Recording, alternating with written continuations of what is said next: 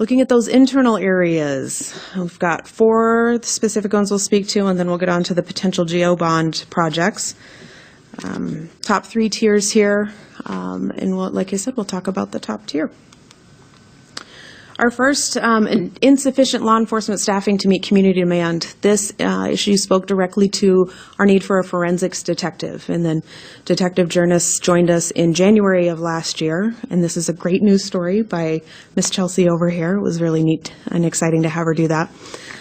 When Detective Jerness joined us, we had a forensic need for examinations. We were running into just not having enough officer hours or expertise to deal with some things that were causing lags and sending different cases for prosecution, evidence issues, losing some backlog surges and things like that. We just didn't have the resource power to take care of that. So what we've done since then is we've seen some great achievements. We've looked at a couple of cases that have been sent to prosecution. We've partnered with agencies throughout the region to assist in their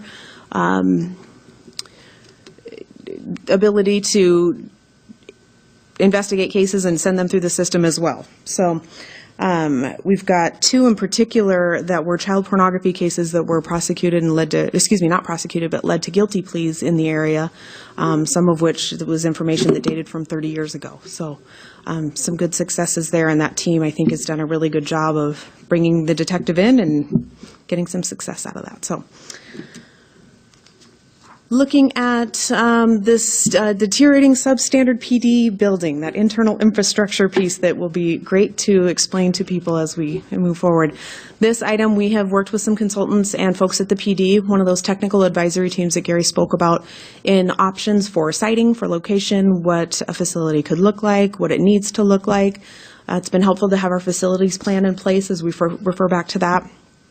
And then we'll also have to look as we move forward at, public relations campaign, if this is something the council directs us to include, that how do we get that education out there so people understand the need and can see how it could benefit them as a citizen, not just the organization. I think that was a great point that was made earlier. So this one will keep going. December again will be when we have the information put together for council consideration. This was a lot of actions and strategies for this one, for the fleet facility, and it ties right into our next issue as well. This is our inadequate fleet facility.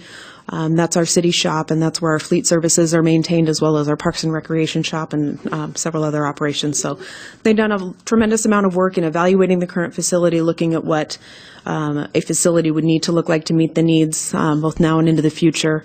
And they'll continue to do that process. There's a workshop, I believe, Thursday this week as well to continue that. Wednesday. So they're continuing to review that facility and look at the needs, and then we'll begin developing a plan and recommendations for where they think they need to go in the future.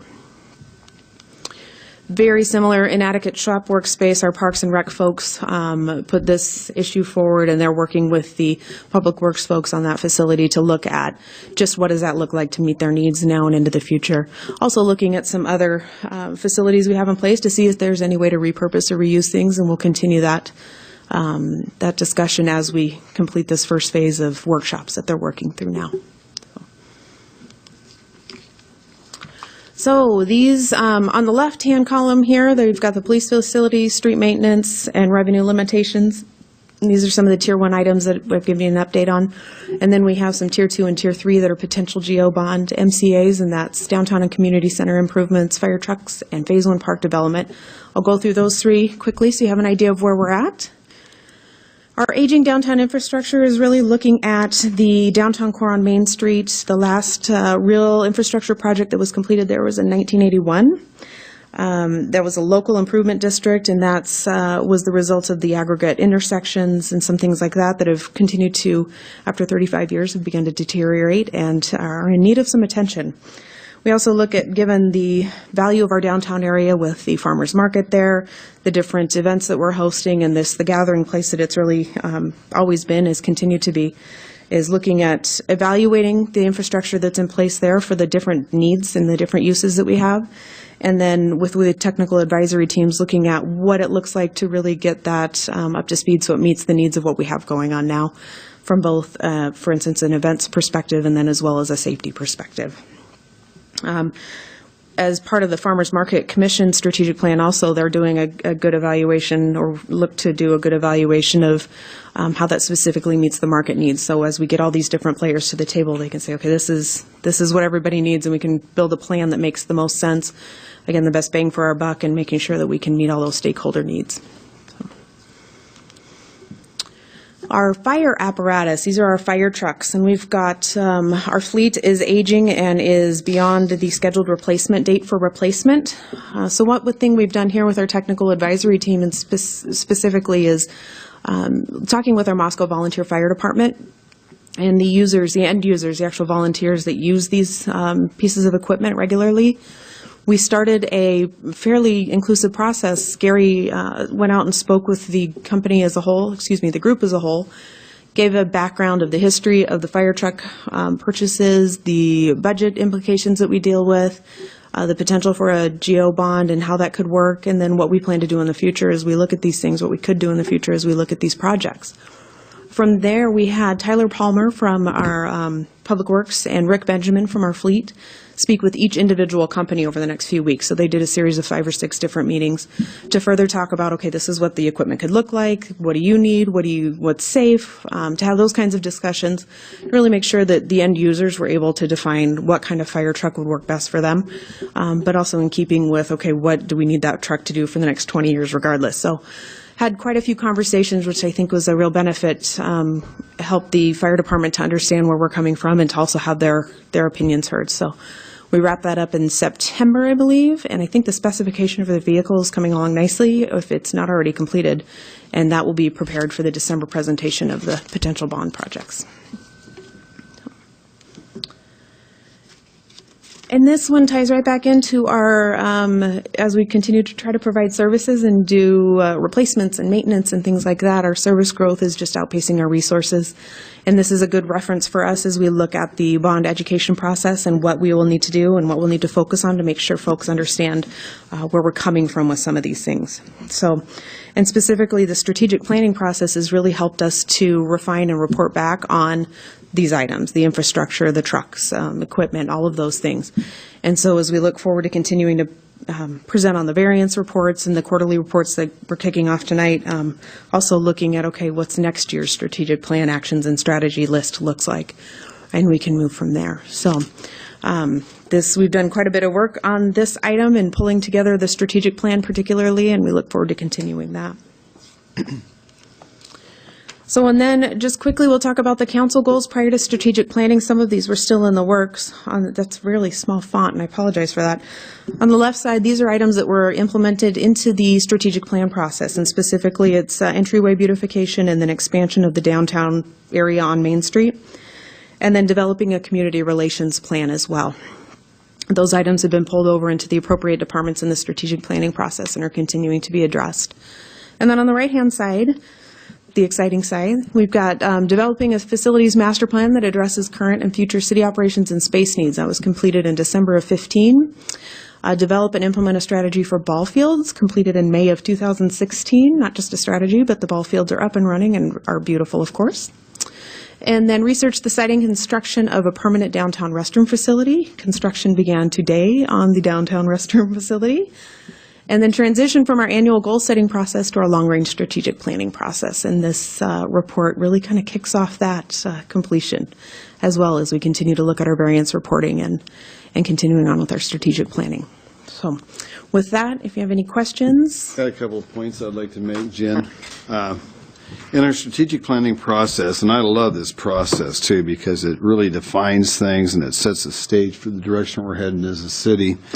So we're all working together to accomplish those things. But a couple of the points that I think have changed and we need to update, that's the U of I numbers. Since the declining enrollment, that has stopped and changed and actually has improved. So we actually need some kind of an update on that, as well as the declining employment has changed as well because of big players like Schweitzer Engineering that has added more volume, and we're getting other players in our town too, like Gripman, for example, that medical center is going to be opening in February, and that's going to add additional employment as well. And a thought came to me on our police station. Every one of us here can understand why we need a new police station. But I got to tell you something. I would guess the majority of people in our town have never been to our police station and want to know why in the world would we need one.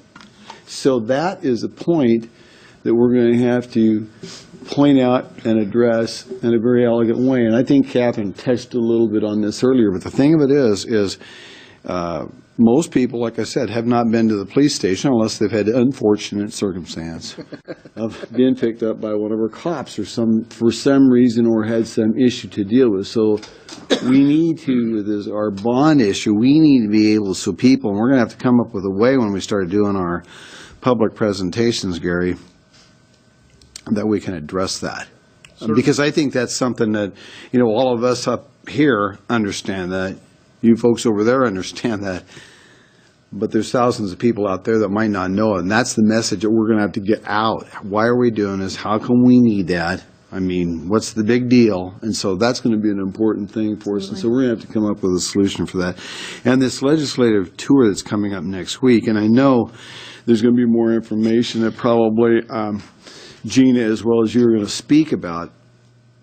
But it's our opportune time for things to talk to some of these folks about the local option tax, which is consistently tough for us to get through with our legislators. And those are the sort of things as we meet as a group, and each one of us, because there's going to be a bunch of us out there, we need to take the opportunity to, by God, never give up and keep the charge up and make sure that they understand it so we get a chance to talk to these folks about what is our needs. Because we are a town, as far as I'm concerned, and we are as important a town as any town in this state. So, questions for you? That was an excellent report, too, incidentally, Jen. Thank you. Thank you very much. Any comments for Jen? Yeah. Catherine, I saw in the very small print, down the left side about the website being. I had wanted you to.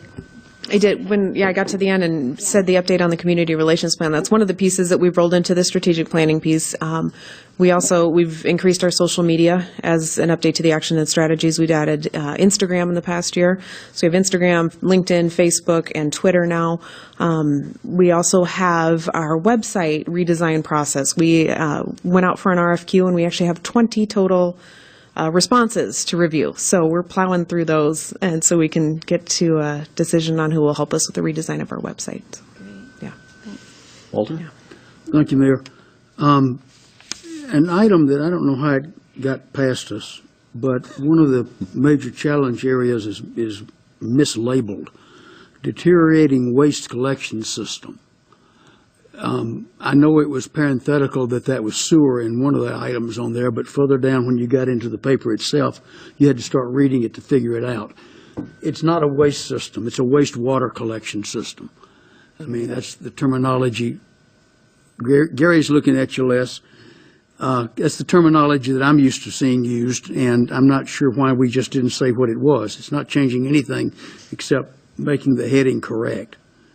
If I may, I think in the original text, it probably did say wastewater system. Somewhere along the line in the translation, I think something just got dropped. So it is the wastewater, it's the sewer collection system. Probably a too long a line, and some word had to come out, and they took that one. Okay. We can factor it back in.